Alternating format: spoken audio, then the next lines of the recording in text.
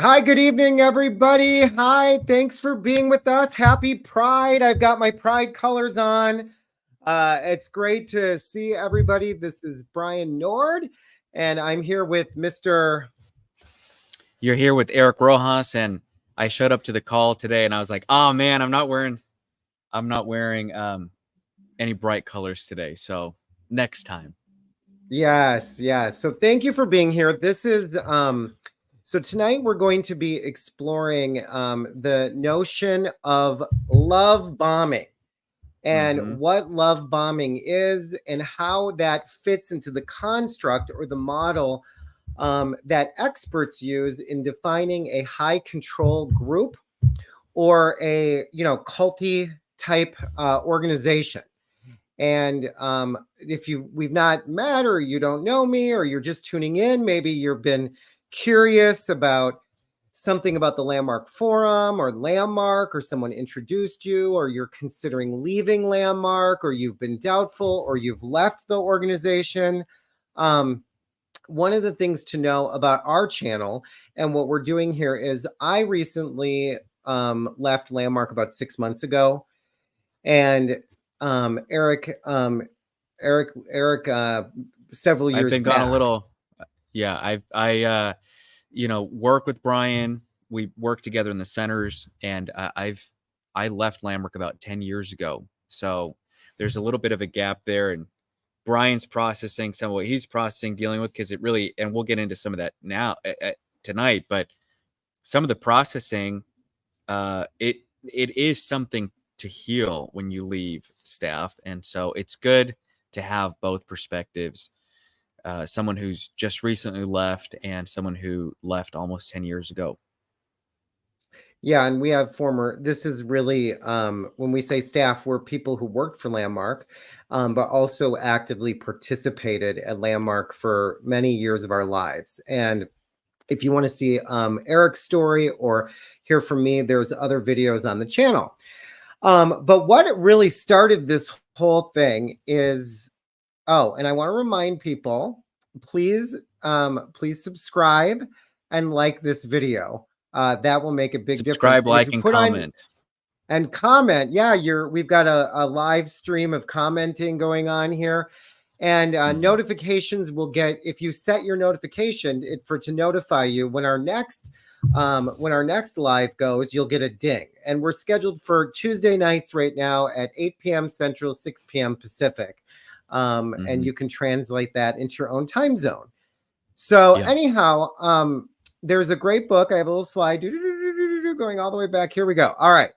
Oh, and we're not experts by any means. I'm just starting to deal with this. So if you are dealing, with trauma or anything in regards to having been in a high control situation, we recommend getting professional support from a trauma informed therapist or expert. So in March, this book came out. Is This a Cult? You can get it on Amazon, and it was written by Ann Peterson. And the book really started this whole conversation in the Landmark community. And I Mhm. highly recommend it. I think it's a super incredible opportunity to engage. So basically, And it's there a was super life. easy read. It is. It's I was just awesome. it's just so you can finish the book in one night. I think I finished it in like almost one night. It was super easy to read. Yeah. So, Eric, I don't know about you, but for me, it's like life before the book, life after the book. Yes, it really is like that. I was kind of like, get okay. I left Landmark. I quit. I watched some videos of people. I had been questioning things, and I just decided I need out of this organization. Yep. And I had deemed for myself that it was like a high control group, but I was starting to kind of like not think about Landmark obsessively all the time. I was starting to be able to breathe. My dreams were getting less and less about Landmark.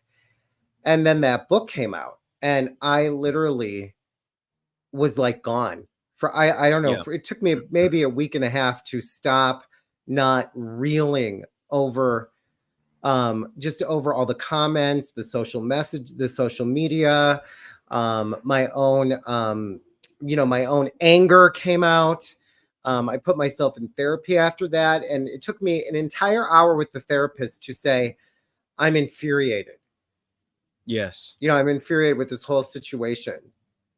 And but it's been really, I think when people use this term recovery or healing, I see some signs of that for me.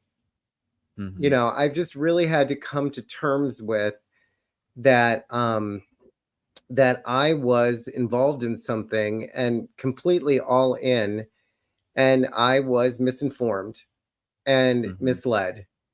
And the betrayal, the sadness, the loss of a community, all those things are things that I'm still grieving. Every day, I mean, I have the most vivid dreams. I used to never dream. And now I have all these dreams, and they don't really, they're not very real. Like, they're not in real settings, but they're always at Landmark. They're always with different people. Always it's just been really, really taken something to kind of open myself up to all the feelings that I was trying to suppress and had trained myself to for years. And I'm really beginning to see that it is that my disassociation from a lot of the abusive aspects that I participated in when I was the abuser, or when people abused me, my way of disassociating from that, my way of just kind of moving on and acting as if those things didn't happen, that's something I had been dealing with since I was a kid. Growing up, being beaten and bullied as a gay kid, and having experienced a sexual assault when I was a teenager. So I'm learning. Even in tonight's episode, I'm really committed to being in the presence of my feelings. We have a lot of information to go over, but I think as Landmark people, we really get trained that you have feelings, but they have nothing to do with anything, and just to keep, kind of moving on. And the feelings they are say just there. Yeah. So anything you want to say about that, Eric, to begin, or just what you've been experiencing, or your own, after the book, as I call it? It really is after the book. And I like that we say the book, there was life before Landmark, and I had moved on. It's been years since I was a staff member. It's been years since I led programs. My wife has never participated in any of Landmark's programs. We have been far disconnected from that organization for a long time. And so I'm probably one of those former staff members, former program leaders who had just moved on. And there were things that had happened when I was a staff member that were, not great. And I had suppressed a lot of the abuse, and I had in my mind justified that what had happened, not that it was okay, but that it had happened, and all of the things that were unacceptable about it, I had somehow unconsciously accepted it. And then Anne's book came out, and kind of like with you, Brian, I remember all of it. I was sitting in my living room. My wife and I had just had dinner, and we were getting ready to put my daughter to bed. And I got a text message from a good friend of mine who is also a former staff member. And the text read, "Oh my God, did you see this book? It's coming out on Amazon tomorrow." Somehow she got wind that it was going to be released, or something like that. So I immediately, I said, what are you talking about? So I start going in. Now, this is one of the staff members that I could confide in for many years. And for those of you who were employed by Landmark, or who were former program leaders, and you knew you experienced some stuff that were not great, you knew that, you had your people that had already left that you could confide in. You have, maybe it wasn't like this, but for me, I had my one or two people that I would call, and I say, "Hey, remember when that happened in the center? That was really messed up." Well, it was one of those people. And so I ended up reading. I ended up ordering the book as soon as I could on Amazon, and I read it in one night. After we had put my daughter to bed, I pretty much read the entire thing, and just remember feeling so betrayed, kind of like you know, the experience of um, like I had been scammed for so many years, and I had given my life to this organization, really a large portion of my life, like 10 years of leading programs and being a staff member and having very senior roles as a staff member, and just yeah, having that experience. Like, what was this all for? Did it even really make a difference for me? And it opened this can of worms of things that I thought I had, you know, gotten over, and now I'm realizing I'm not over those things. Maybe you know, the abuse that I experienced was unacceptable. Maybe that shouldn't have never happened. And then I started talking to other staff members, and who started approaching me, and who I started approaching too about the book. And then all of a sudden we started to share the same sentiment that maybe I wasn't alone. Maybe there was a group of us who had experienced the exact same experiences in our own unique ways. And so it's been good getting to start this healing journey. Even though I'd say I had healed previously, I think more than anything, I had suppressed what had happened. And I had, like I said, I had somehow made it acceptable in my head, in my brain. I had made what the situation that had happened, I had somehow accepted them. And now I'm like you, allowing myself to feel, and I'm allowing myself to experience. I'm allowing myself to experience being angry. I'm allowing myself to experience being sad. And, you know, it's been a wave of emotions. And right now where I'm at, and tonight on tonight's show, is that we need to not just landmark, but we need to expose the organizations that are out there that are doing this. And we happen to have been involved with one that, heavily involved with one that has a lot of these tactics, like the one we're speaking of tonight. Yeah. Yeah. It's so well said. You know, I really appreciate, you know, what you're saying. And as we go through this journey, people have been like, well, what's the point of doing this? What's the value in going public or going live? Or do we have an intention to take Landmark down? And my answer is like, well, some days I do. And some days I'm really glad I did the forum, or I got trained as a staff member, or, you know, I think that I was watching one of these. Anne did a great interview with this guy, Scientology guy. I can't think of his name right now. But anyways, it was super good. And he said this great thing, that every organization is different, and every group deserves to be examined and looked at in its own unique way. And I thought that is so true about Landmark, because our theme tends to be that the forum really made a difference for people, and ...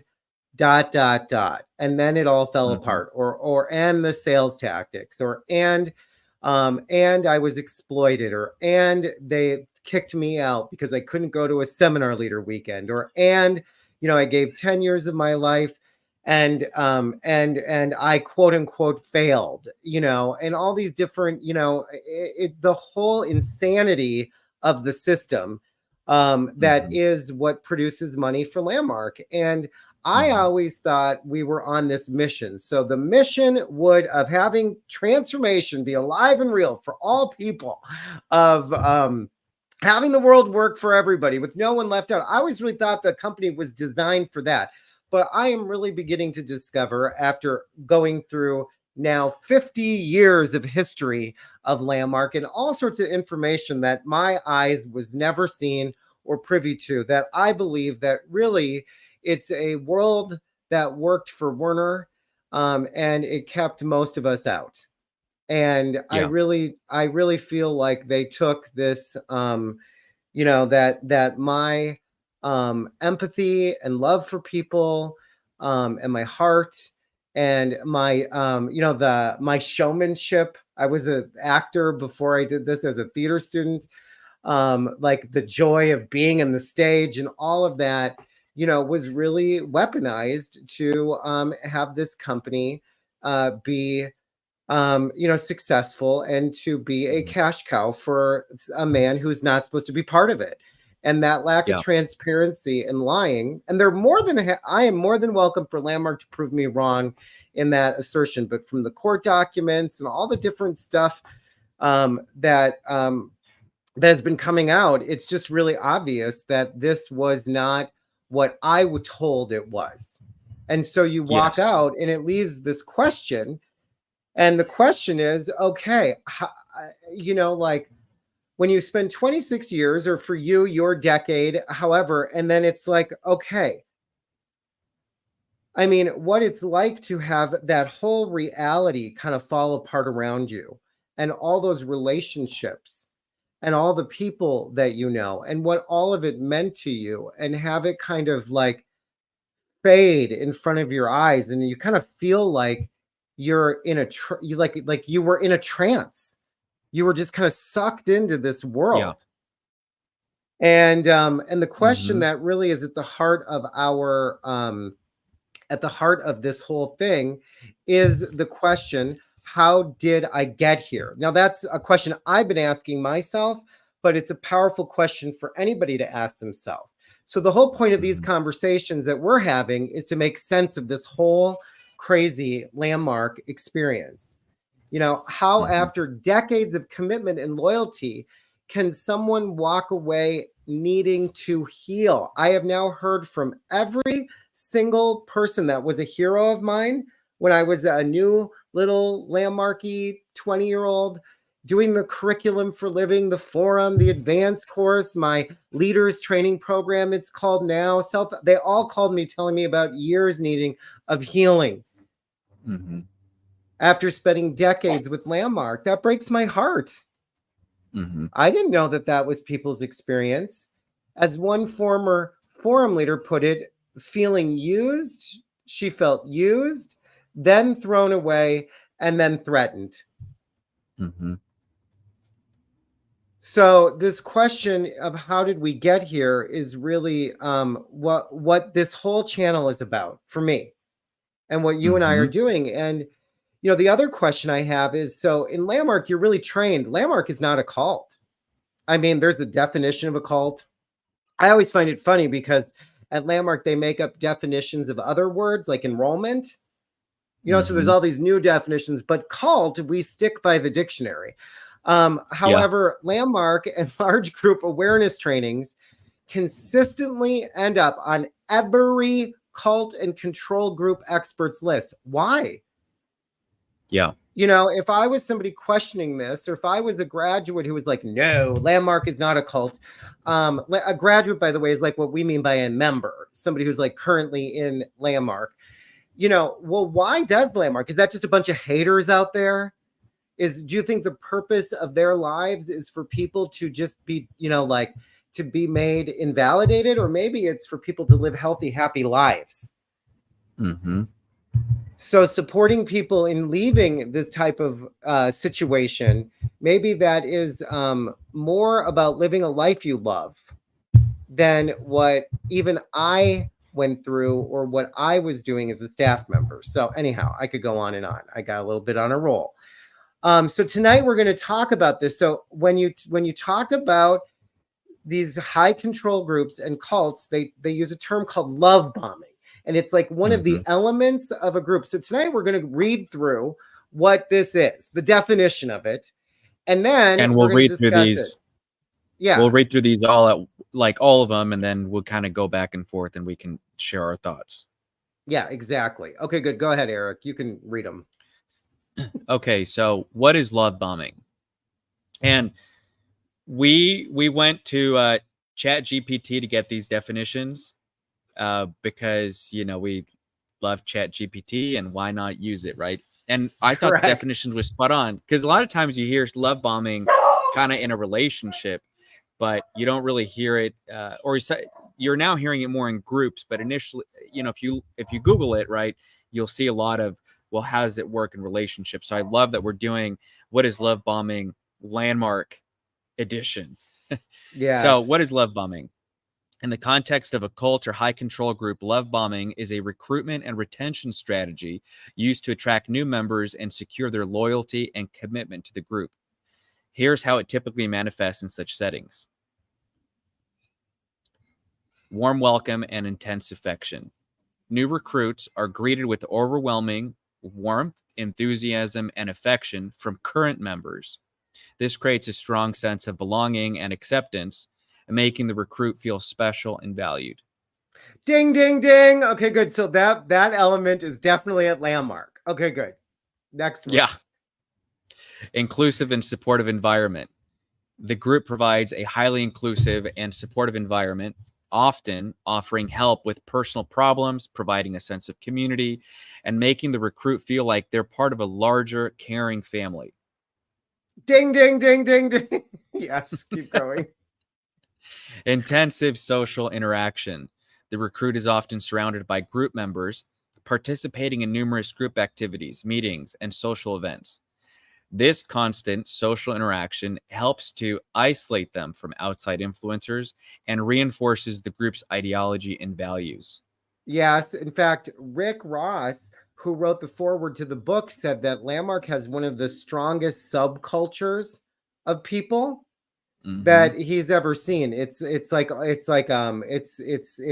strong. It's like a rock, the subculture of Landmark graduates. Yeah. Rapid integration. The group encourages the recruit to quickly integrate by taking on responsibilities, participating in rituals, or adopting the group's lifestyle.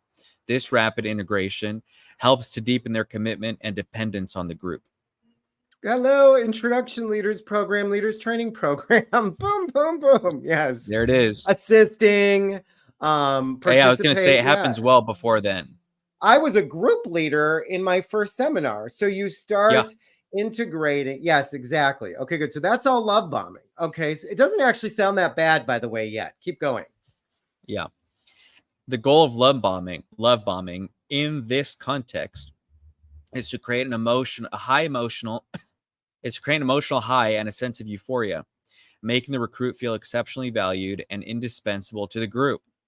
This emotional manipulation fosters loyalty and makes it difficult for the recruit to leave, as they become emotionally and psychologically dependent on the group's approval and acceptance. Mm. Yeah. I mean, Hello. I've ding, We were ding, there a ding. long I mean, time. yeah. You feel Yeah. like this is where this is your this is where you belong. These are like your people, Yeah. your tribe. Hmm. I think that's it, right? Oh yeah. Or are we No, no, no, missing no. one? Once the recruit is deeply integrated, the group's Oh, true there it is. nature may emerge, including demands for conformity, submission to authority, financial contributions, or other forms of exploitation. The initial love bombing serves as a hook to secure the recruit's commitment before the more controlling and coercive aspects of the group are revealed. Recognizing love bombing in these contexts is essential for understanding how cults and high control groups manipulate individuals to gain and maintain control. Hmm. Okay. So, Eric, what are your thoughts regarding love bombing? Well, I think it all starts at the very beginning, at the introduction to the Landmark Forum. Mm, It really it starts at the very beginning, and then you slowly work your way up into more and more. Because if you remember, there at the introduction to the Landmark Forum, you've been invited by, more than likely, you've been invited by a friend or a family or coworker, somebody that there's a direct connection to. And if you're participating in an introduction to Landmark Forum in a small room group setting, they're immediately asking you to get vulnerable in this group, and you start sharing things that aren't working in your life or not working as well as you'd like them to almost immediately. And they set you up for that. They say, tonight it's going to be a little uncomfortable, but it's okay to be uncomfortable. And so from the very beginning, you already have walked in and you start sharing things that you probably haven't shared with some of the closest people in your life. And here you are sharing it in this small room of complete strangers. And the landmark leaders are trained to acknowledge you and love bomb all over you for being authentic, for sharing your life openly with this group. They everybody immediately acknowledges you. Everybody immediately starts saying, yeah, that's how we do it around here, or I'm so happy for you. And then they lead you to this inventing a new possibility, this you're inventing a new way of being in this area of your life as a way of you going after and transforming the area of your life. And so from that moment on, they got you.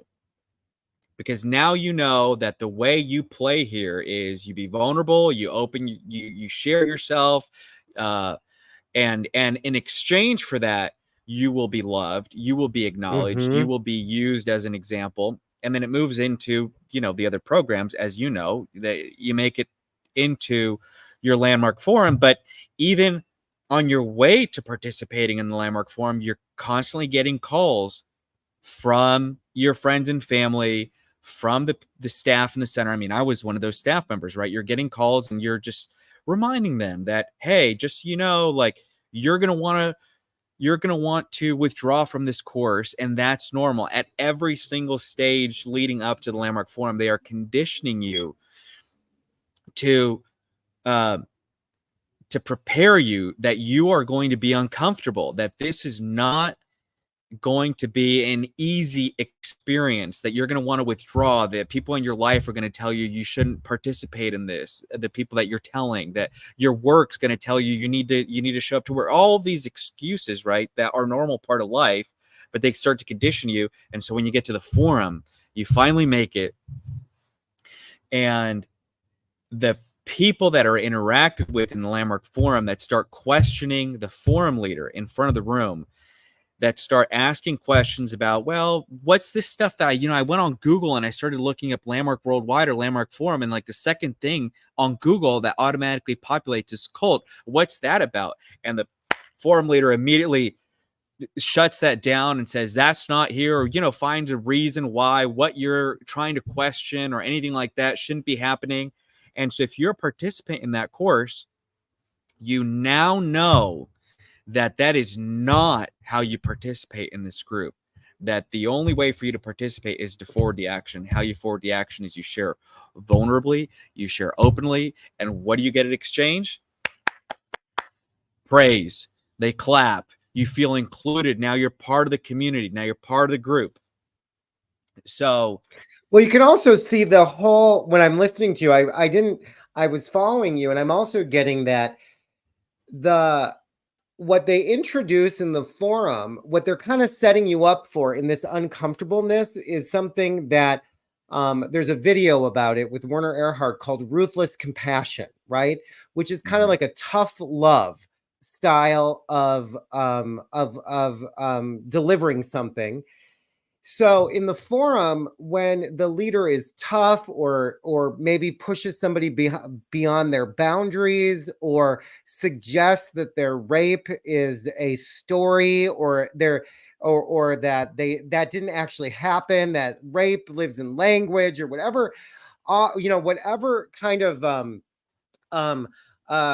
insensitive or possibly even abusive, they're setting the whole thing up. Your friend, everybody is creating this supportive environment around you. Like, this is a tough weekend and you can take it.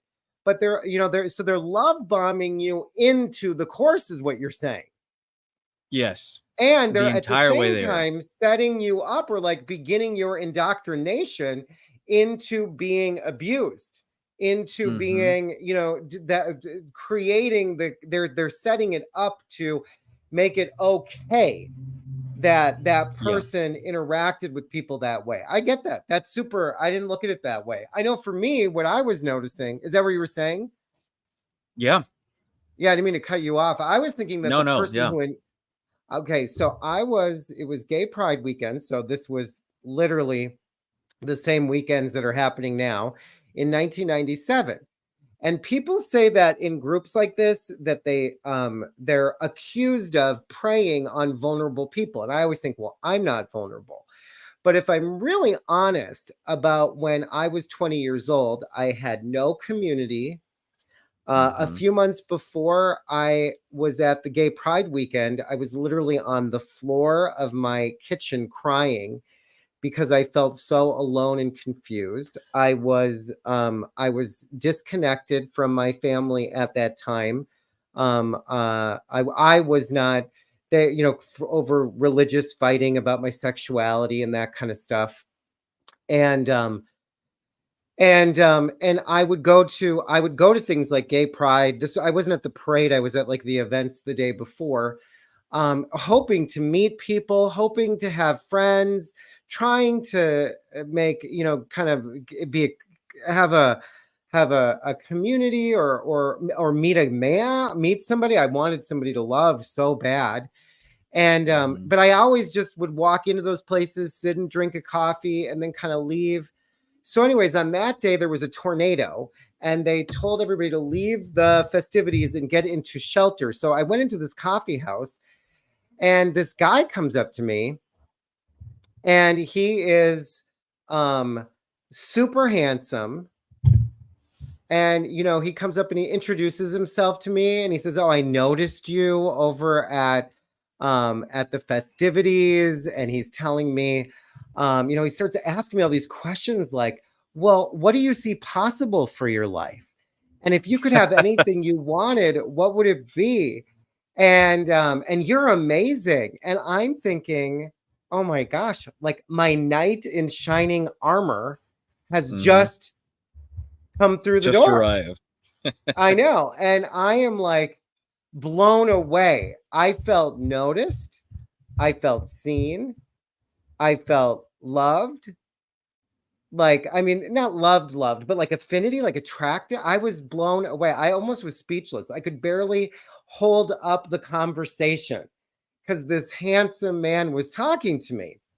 So, you know, where it led to was after we did that, then I got a ride home, and so we had to end the conversation. But then he proceeds after that to invite me to an introduction, and he's paying a lot of attention to me, and, "Oh, you're so great," and da da da da, and like making time out to hang out with me. And I get to the introduction, and in the introduction they say, "Would you like to register?" And I said no.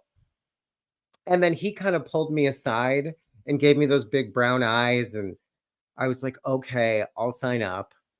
And so I signed up, and then after that, he talked to me a little bit, but he told me that he wasn't interested in me in a romantic way, and that he was moving. So after that, I was I mean, he was sweet about it. He told me that he did feel some kind of attraction with me. But I literally didn't hear from him. I talked to him a couple times after that, over the years, mostly because I initiated it. Like, thanks for having sent me to the forum. But when I look back at that now, and I look from this love bombing context, I mean, he was in the leaders training program, the introduction leaders program, and he Mhm. got his guest and his registration, and he moved on, and he was authentically excited for me. So you could also say, though, that in the introduction leaders program, or what they call the leaders training program now, we train people to love bomb people. Yes. I said, I don't know about this Yeah. love bombing thing, because I think love bombing is my love language. Like, I was You're infused so trained in everything. doing it.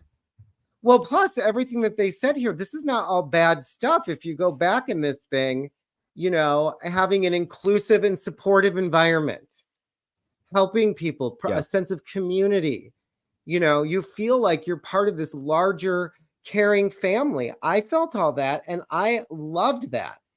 That was Hmm. more than I ever felt in my entire life. You Yeah. know, having a warm and welcome and intense affection. You know, I remember how the person who led the introduction, how she smiled at me, how she told me I could have anything, right? Yeah. Um, Although I you will know, say there are those people who do attend the introductions who are completely turned off by the overwhelming warmth. I mean, there are the people who do get turned off by they might the be moment you watching walk in this the video door. right now. Yeah, they could be Exactly. watching this video and say, "But went to Landmark Introduction. I could stand all the people um, smiling at me." And it's speaking of this warm welcome and intense affection, it it so has to be acknowledged that when the forum leader is leading an introduction, now this is in person when they were in person, right? They have to address it in the room. They have to say, now you might be thinking to yourself, what is this group of people that is here? Everybody's smiling at them. They have to acknowledge it because in some way it's so abnormal for people to act that way. Yeah, but then once you're hooked, like it says, then, then you're more and more trusting. So then when it comes time to do things, to ask you to go outside of your boundaries or to be unreasonable, like go register that person or miss your child's birthday party, or you gave your word to be candidated. So I know you're scheduled for a honeymoon, but you got to register these 3 people, or, like that demand, that demand does not come at the beginning. You can go through the whole curriculum and not feel that demand. So the pressure, Yeah. it is only in the environment of having that been loved bombed, have been so belonging somewhere, so taken in. And your analogy earlier about abusive relationships is that's what they say happens in an abusive relationship, is that in the traditional sense of a man and a woman, the man showers this woman with love, attention, gifts. She has met her knight in shining armor, but it is epic. It is like a dream come true for her, and it is so real.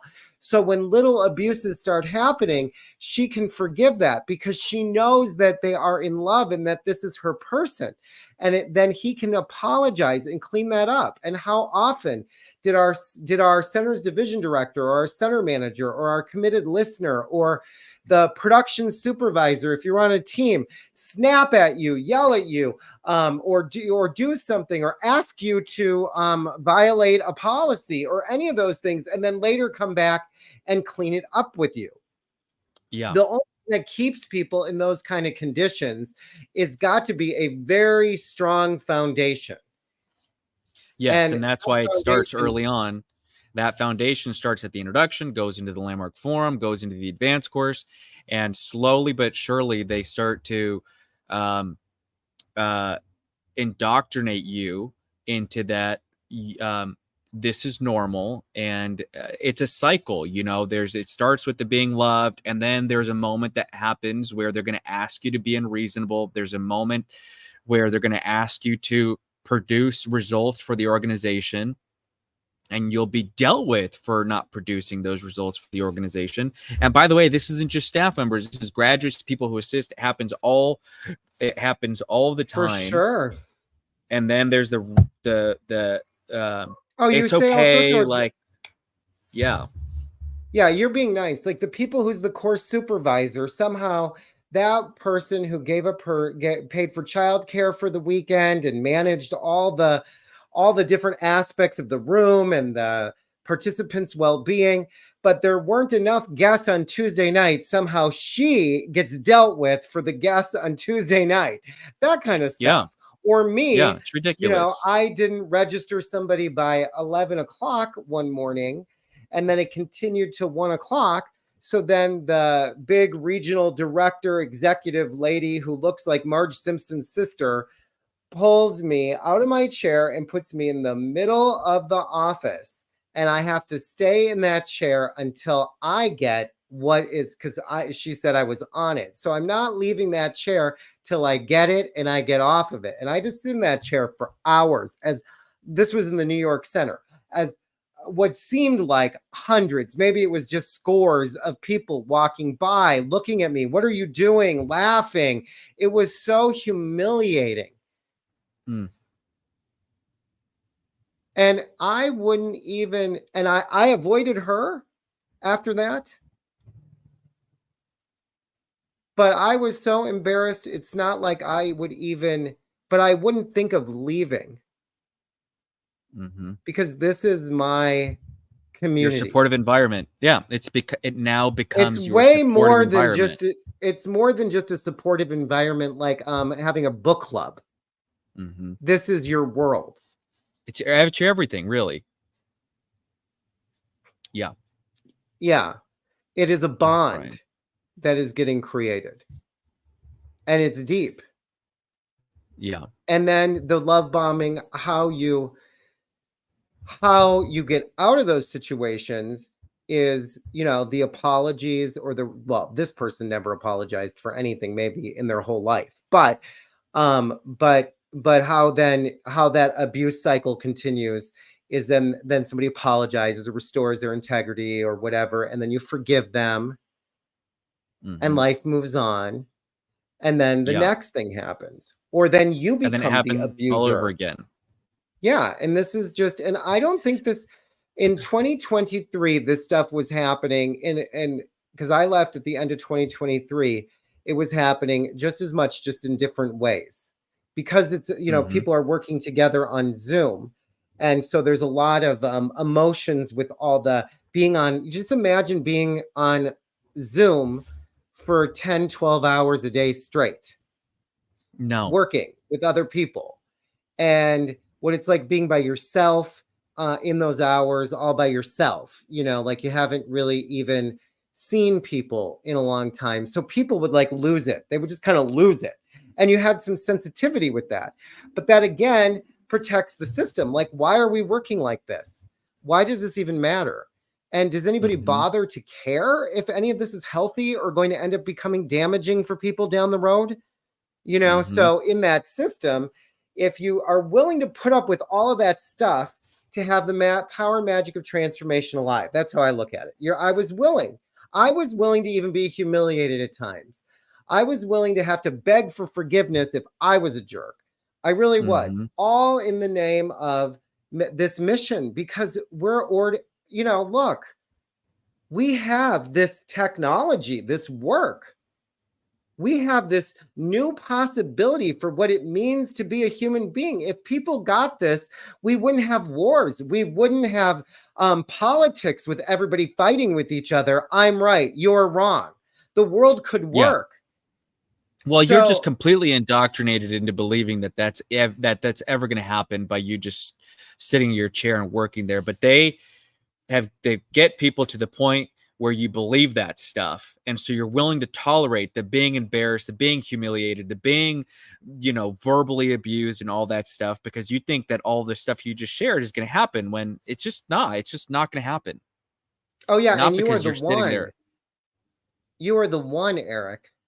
I mean, don't you get this? Do you see a line of people wanting to sit in that chair at your desk? If you don't go get off it and go make this happen today and keep your word and figure out a way to register those 2 more people, your whole center will probably close. Yeah. And that will be on you, that this work doesn't exist in the world and we didn't change the world. Yeah. Right. If that's not exploitation and manipulation, I don't know what is. So I just want to read this. Can we go back to the what is love bombing? And then I think we should get into some of these comments. The last 2 slides. Sure.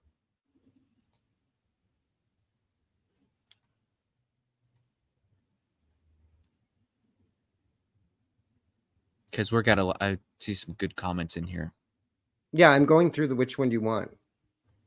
Oh, go next. Go where it says the goal of love bomb right there. The goal of love bombing in this context is to create an emotional high and sense of euphoria, making the recruit feel exceptionally valued and indispensable to the group. which you just said. This emotional Mhm. manipulation fosters loyalty, which is why people stay for so long, and makes it difficult for the recruit to leave, as they become emotionally and psychologically dependent on the group's approval and acceptance. I mean, how many times were you seeking approval from Joan Rosenberg or, your center manager, your center's division director, Oh yeah, which you over can, your it coach, was just like impossible your for you to get it. seminar leader, your the other The group of forum seminar leader, leaders, your ILP classroom, just standing up and being candidated in front of all those people is a way mhm, of seeking that. And you do become emotionally, this isn't just a thing, the network of graduates, if people kind of flow in groups through Landmark, they do the forum, the advanced course, the SELP, something, many people have friends through that whole period that they still have till this day.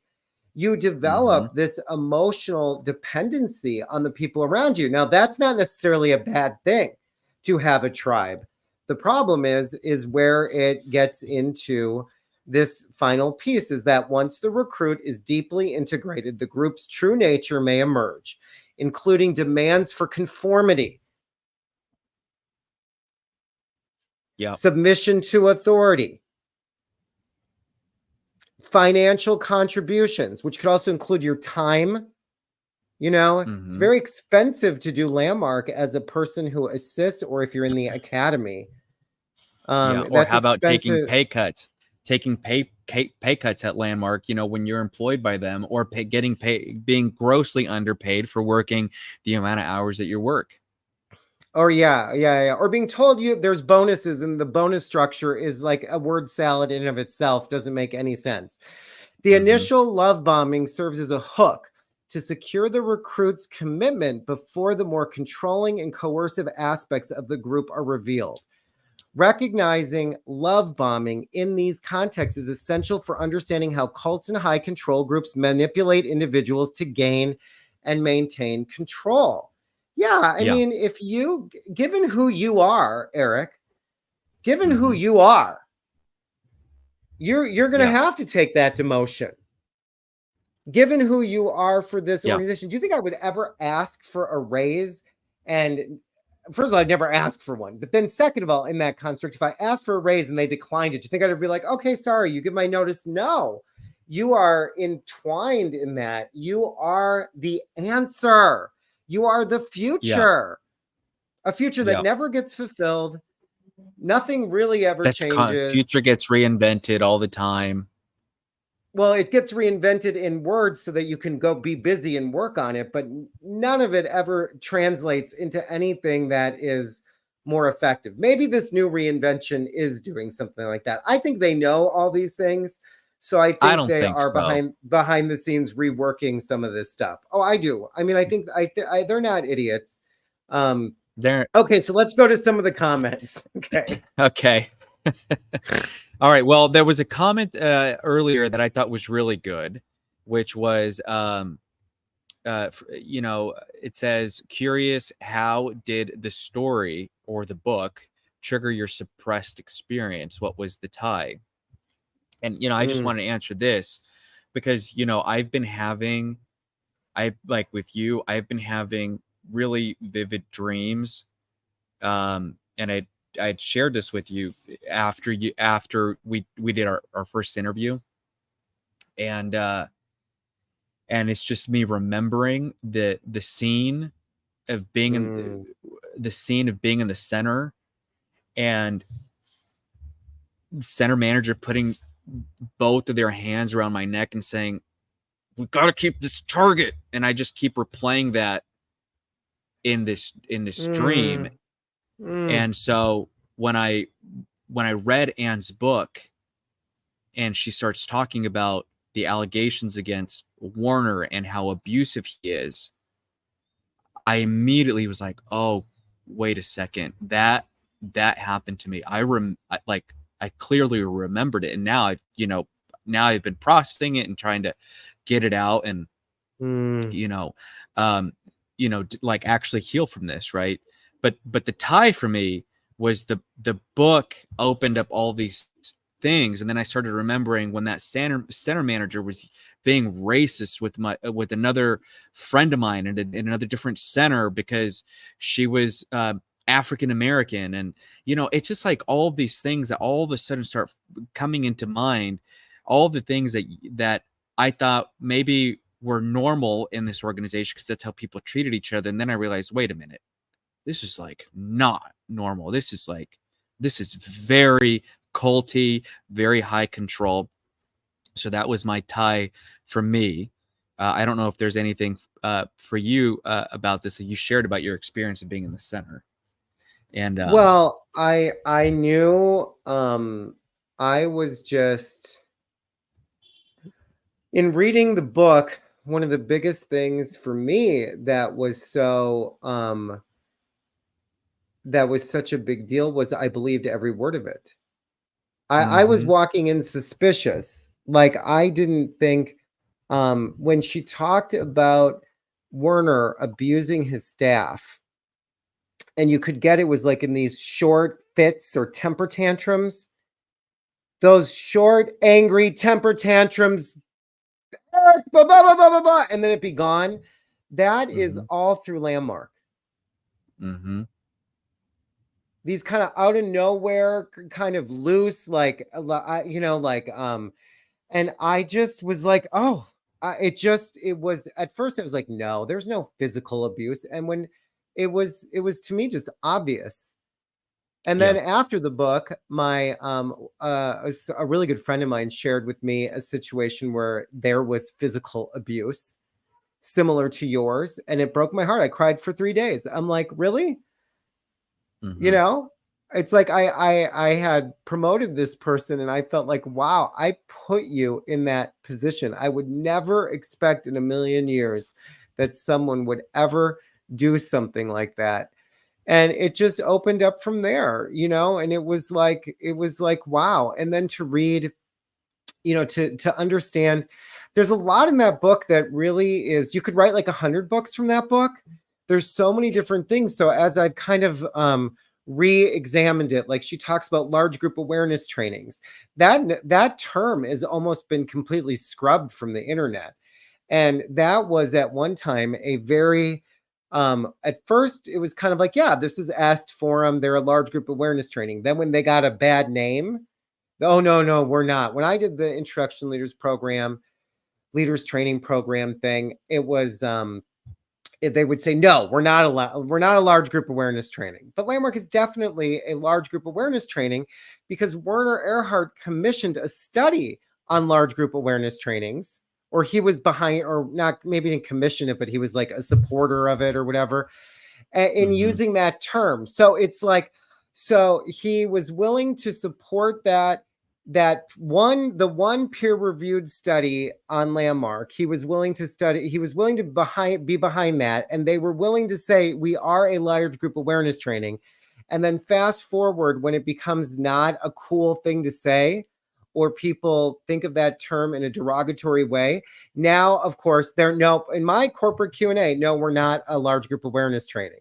And it's that kind of stuff. As I'm reading it, I'm like, this is so upsetting that I had to memorize all that stuff. And for those of you that aren't familiar, do you know if they're still doing the corporate Q&As, Brian? Yes, they must still do that. They did it last year. Yeah, see, of course. So basically they're, if we want to just jump into indoctrination, which we could easily do a whole other episode on, but they literally are telling you exactly how to think and exactly how to answer questions when people ask you those questions. Yeah, and but it's also like, it's supposed to be official. These are official answers. Who makes money? Where does the money go? Is Werner Erhard involved? All these things that I believed were true. And now it all makes sense. I mean, when I was right before I quit, Joan Rosenberg, I'm sure they might feel betrayed, like, oh, I'm like, they trusted me and I never gave my word to any of this, but she's showing on her sharing screen on Zoom coordinator messages. Now, the coordinator was like an internal internet that Landmark had. We didn't have real internet till like 2010.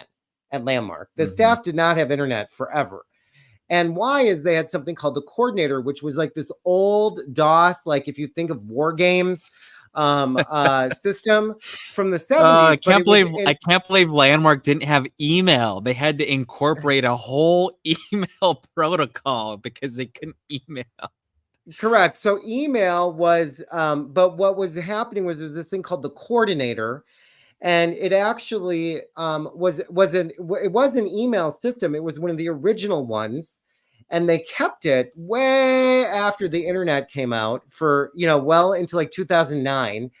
But he was over there managing and corresponding and working from wherever he was in the world with Landmark, but nobody could ever internally tap that. So that's part of how he kept being involved in the company. And she's showing us messages between him and whomever. And this is all like, oh, he didn't really ever leave. And I feel betrayed by the forum leaders who know that, but they would represent things like he was gone and that they really did turn the whole company over. Plus, what does that tell you, by the way, this whole spiel about how you can turn a project over and let the community run it, but he actually didn't do it? Not really. Like that's insane. So the point is that I felt betrayed Warner's by been all around of it. the entire time. Yeah. And it's disgusting to me. Yeah. It's Yes. absolutely everything. So when they say in Landmark, I believe it's in the syllabus, the context is decisive. So when you think you're doing all of this, putting up with these things, but also working your butt off, and there's miracles, and you're doing it for a lower salary, and you might end up working 100 hours that week, and it was all like, it's all worth it inside of this. No, we're changing the world. But really, all that was happening is we're making Werner Erhard millions of dollars each year. I mean, and to add to that they have to control the narrative for all these people, and not all these people, but online too. The fact that they've been on a mission to remove all of the negative press and the negative things about Warner and all the negative things about Landmark, that they have to do so much, that they have to work so hard to remove all of that, only speaks to what's really going on here. If you have to hide things from the public because if they found out that they would be shocked, that they would be appalled like we are, well, that's not good.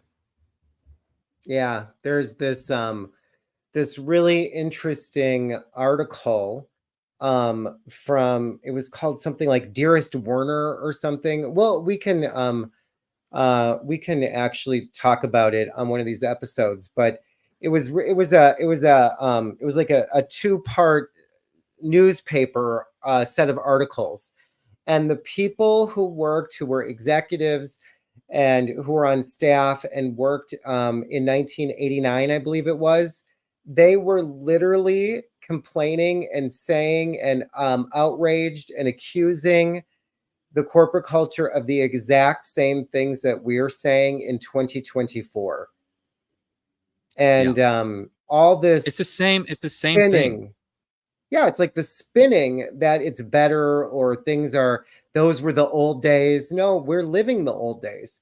And someday all these people who are getting sucked in right now, being loved bombed, being in a supportive community that loves them, the very few who will go on to be a program leader or a course supervisor or a staff member, they will give their heart and they will believe in this community and trust it. And then at some point, they will find out that they were used and then thrown away and then threatened.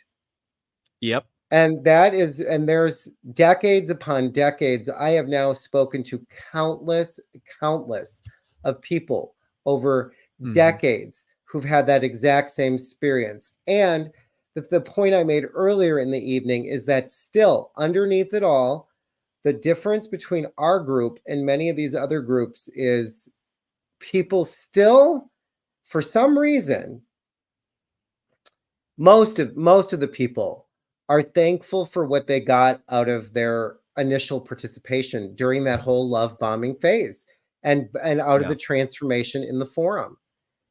And It's all, I think, Brian, I think it's all just the way we were trained to think from the beginning, from the introduction, is to yeah, give all of our value over to this organization and not have it be our own. It's theirs. It's theirs. Our life is because of them, and that's a bunch of bull.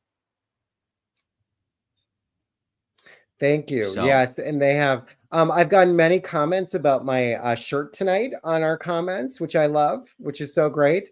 The I other love the thing I shirt. want to no, what you said was really good. The other thing about the trust that gets built during that time period, you know, this trust in the work. I also think, you know, I've been going to a business networking group, and there's structures in it, and it's really good, and I like it.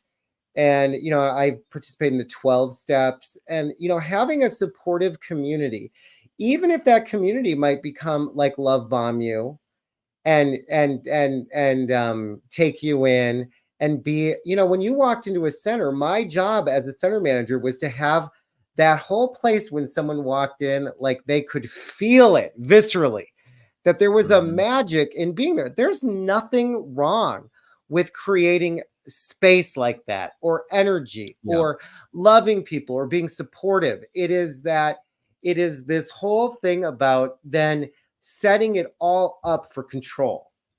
And Yeah. that absolutely is my personal experience and opinion, that this is what goes down at Landmark. And then we already talked about, then they indoctrinate you that, oh, that person you thought you were, that's not even who you really are. And you're not your feelings and thoughts, and you're not, you know, your critical thinking. Talk about shutting down critical thinking. That's how they get you. And I think Landmark does an incredible job at hooking you at this.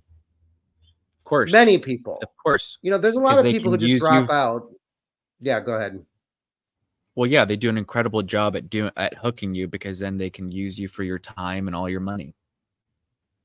Yeah. Yeah. Yeah. All So, any right. other comments here? Any other final comments before we're done? Everybody's chiming in about my shirt, the coordinator, they're laughing about that. Um, when the alarms go off, someone always right there to recontextualize what we were experiencing. I believed every word too. Yeah. You know, abuse doesn't exist in reality. Yeah, at Landmark, abuse is actually a word. It's not, abuse is a story. You know, Abuse I is a want to say something linguistic about that. phenomenon. Yeah, go ahead. Mhm. No, no, go ahead. About Keep No, going. I you was go going to ahead. say something else about that. Well, what I was going to say is there may be current staff members who are listening to this. And I remember listening to things like, at one point, listening and just walking to the center and just being like, what did I just watch? You know, or what is being discovered? And then what you do is you go back into the office, into the center manager's office, to get dealt with, which is what you're talking about, and to get Yeah. processed, and to reprogram you to believe that what you just watched is a bunch of upset on it former staff members. That's not at all what's really happening. Oh, yeah. There's other forms of manipulation here people are talking about. Yeah, you're correct. Someone says well being is a function of participation. Ugh, That's a manipulation. You know, how gosh. manipulative is that? Yeah, you got to keep participating. You know, that, you know, not getting rest. Getting rest is never, although it's on every doctor's list in the entire whole stratosphere of like every scientist, mental health professional, physical health professional. No, rest is not actually what causes energy and vitality and health and well being and aliveness. It's participation. Exactly. I love Mhm. that. Oh my Yeah. gosh. I went to Um, legal to get processed about outrageous betrayal. Yes. Yes. I mean, wow. I heard of a staff member who read Ann Peterson's book and walked into the center, and literally, without like her doing her own process or anything like that, had to go talk to the center manager and just say that she had read the book, because it was going to be a lack of integrity for her for not to say. Gosh. Yeah, you know, one of the other things that happened to me. it's a longer story. In this whole love bombing experience, one of the people said, and how much trust did we sink into complete strangers just because they're a forum leader, seminar leader, staff member, coach, etc. And on the staff, the New York Center was in the World Trade Center on September 11th, and I got out. I was below the building getting dropped off in the subway. So I was one of those people. I walked up and as the building was falling, so I was one of the people running when the building was falling with all the dust behind it. I don't know if you've ever seen those videos of that. And it was obviously traumatic. But anyway, so I found shelter. I guess I find shelter a lot. I found shelter in this woman grabbed me and said, "Get in here."